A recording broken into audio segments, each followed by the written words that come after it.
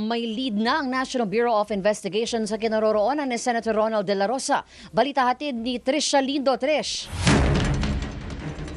Sa balitaan sa Harborview kanina, sinabi ni NBI Director Melvin Matibag na may impormasyon na silang sinusundan sa posibleng kinaroroonan ni Senator Ronald De La Rosa matapos umalis sa kustodiya ng Senado. Gayunman, tumanggi muna si Matibag na magbigay ng detalye kaugnay ng lokasyon ng senador.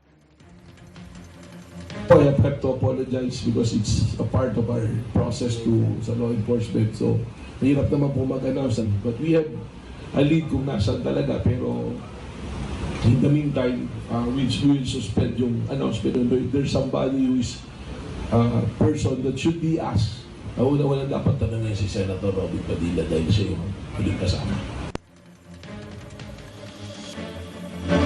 Mandatoan niya ng NBI ang ginagawang monitoring sa senador lalo pat may valid na warrant at turing ng pugante si De La Rosa. Tumangiring magkomento si Matibag kung paanong sistema o kung agaran ang magiging pag-aresto sa senador sakaling makita ito. Kaugnay niyan, pinauubayan na niya sinatasang Interagency Committee ang proseso.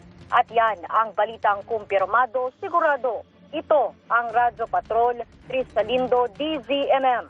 Maraming salamat, Trisha Lindo.